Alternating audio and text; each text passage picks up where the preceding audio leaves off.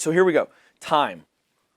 So every leader, I don't care, Daniel, what industry, what role, what level on the ladder they're at, time is a fleeting thing. It's like we're constantly grasping for it. It's like a vapor. And especially for a lot of our entree audience who many of them are chief everything officers or they got a lot going on, the tyranny, the urgent, it becomes a huge distraction. And before they know it, they're feeling down, they're feeling behind. I didn't use my time wisely. Let's start with some of the things that lead to this problem. Okay. So in our minds, when we get started with anything, something we're passionate about, the product that we want to launch, the service we want to provide, we dream it up in our minds and then we start messing with it. We get it out there and we sell it to people. We start making it and shipping it, and we're just in the trenches of being an entrepreneur. And honestly, it's addicting. It's a lot of fun. There's kind of this high that goes with being the person in the middle of something that's adding value, that's helping our customers, it's getting the team together. And we can have fun in that season, but typically what happens, Ken, is we look up and we go, oh my gosh, I'm touching everything. Mm-hmm. Things only move when I'm there, and when I'm not there, things start to falter. And that's not really a business, because a business is something that you can step away from for a second and the machine keeps running, right? And so our job as business leaders is to build systems and to build teams that can automate all of these processes. Early on, you can't automate it. Early on, you got to do it all.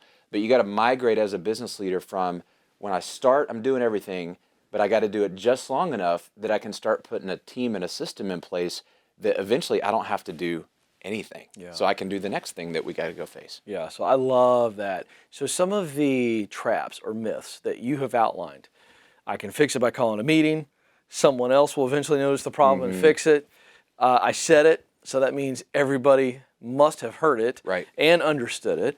And then I'll take care of it when I'm caught up. These are some traps that until you create what you just talked about, can create this urgency all the time, and then it's just this cycle of activity, but not a cycle of efficiency. Well, let's take that last one, and I got to confess, guys, I have never felt caught up. Yeah, I was going to say. I mean, have you ever been like, okay, I'm good, I'm on top of everything?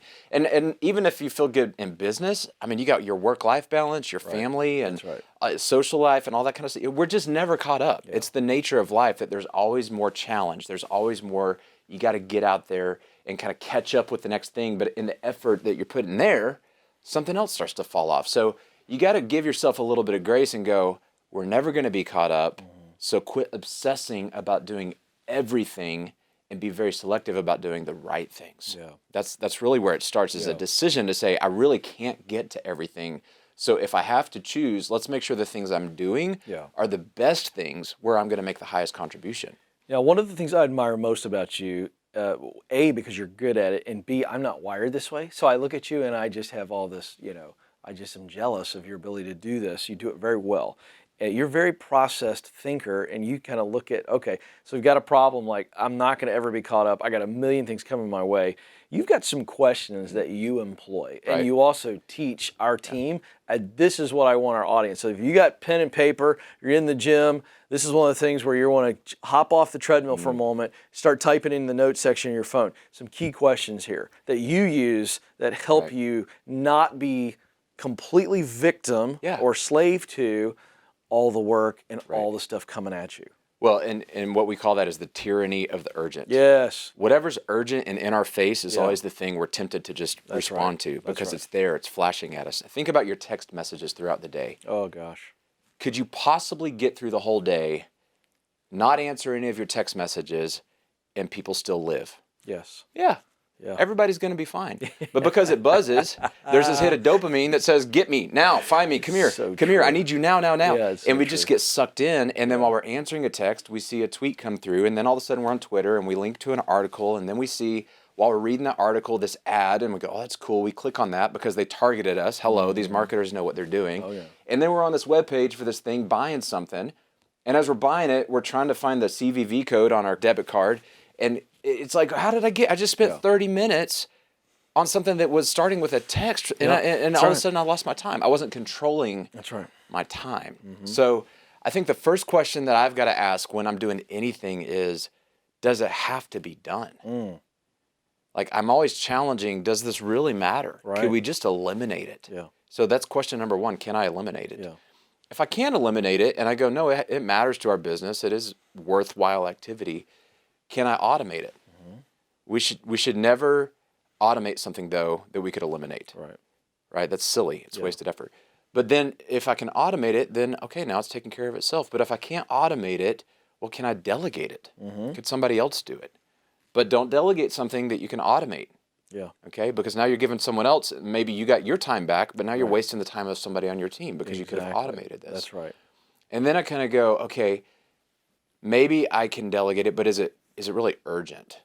Does it need to be done right now, or does it just feel like it's a fire and we could wait and kind of solve this at a systems level or a root issue instead of just reacting to it with emotion? And then if it is urgent, maybe we deal with it. But if it's not urgent, but it's still important, well, then what's the best way to activate an approach to this where we get the right people in the room, we come up with a plan, we put the plan on paper, and then we start executing against the plan. And Ken, I got to tell you, probably 4 times out of 5, it's the last thing on that list where we go, yeah, it's worth doing. We need to get the right people together. Let's address it, but it's not on fire. But our temptation is to treat everything like it's the first thing on the list where it's urgent and it's important and it has to be done. But the truth is, you start working through that list, a lot of stuff gets eliminated, then stuff gets automated. You'd be amazed with how much time you get back in your life to work on the right things when you start to push things into those other systems. Yeah. I have to have a follow-up here because I think people have heard similar things like this before. But I want you to speak to what I think is below all this. And this is below the surface, and I'm going to call myself out, Daniel, to let you teach on this. So there are certain people that if they text me, okay, you're one of them. If you text me in the middle of the day on a business item, I feel an urgency to get back to you. But there are other people who I don't work with, who are acquaintances, and I'm thinking of somebody right now who texted me the other day. They had a question. It was not business related, and I didn't text him back until that evening. So I let this guy, sit there without a response from me until 6 or 7 hours later. So here's my point. We already self-select a bit. Yes. But why? Okay, so that's an acquaintance, and it was not an urgent issue. But to your point, a lot of the texts and emails we get during the day from our, compatriots, people we're working with, colleagues, they're not urgent either, yet we still feel a pressure. I guess I'm asking you, why do you think we feel this pressure to get back to everybody in a work sphere when in all reality, if we're honest with ourselves and step back, we can go, well, 3 of the 27 did need a response in a timely fashion.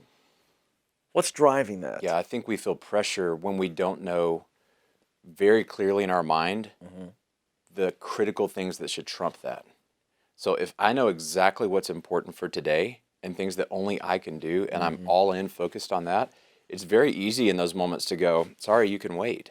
Because if I let these things go, I'm going to disappoint everybody. The whole business is going to fall apart if I don't focus as the leader on these conversations with these people about these objectives.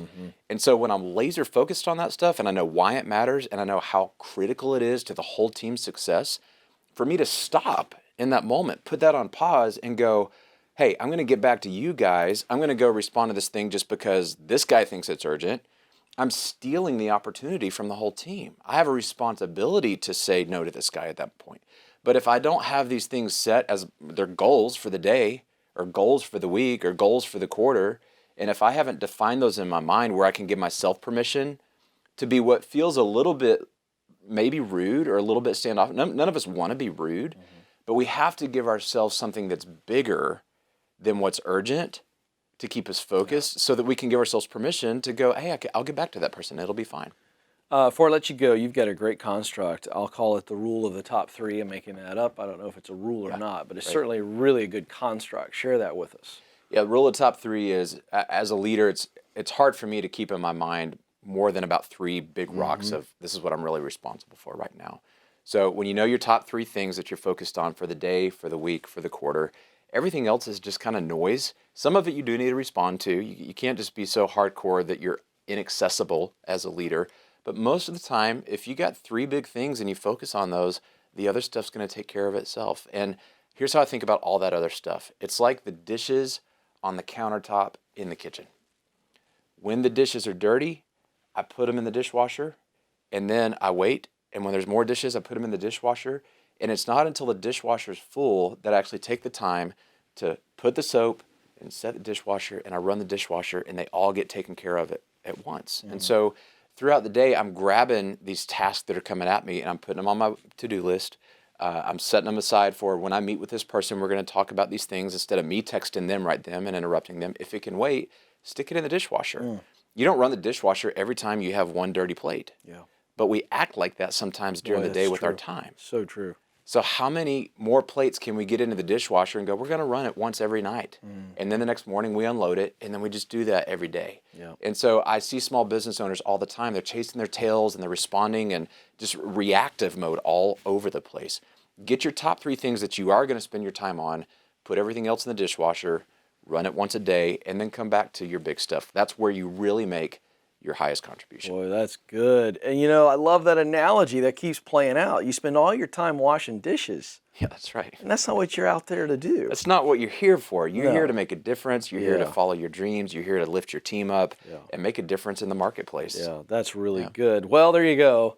That's why I call him the Grand Poobah. He gets it. Really good stuff. Daniel Tardy, thanks for stopping Ken, thanks by. for having me. Always fun.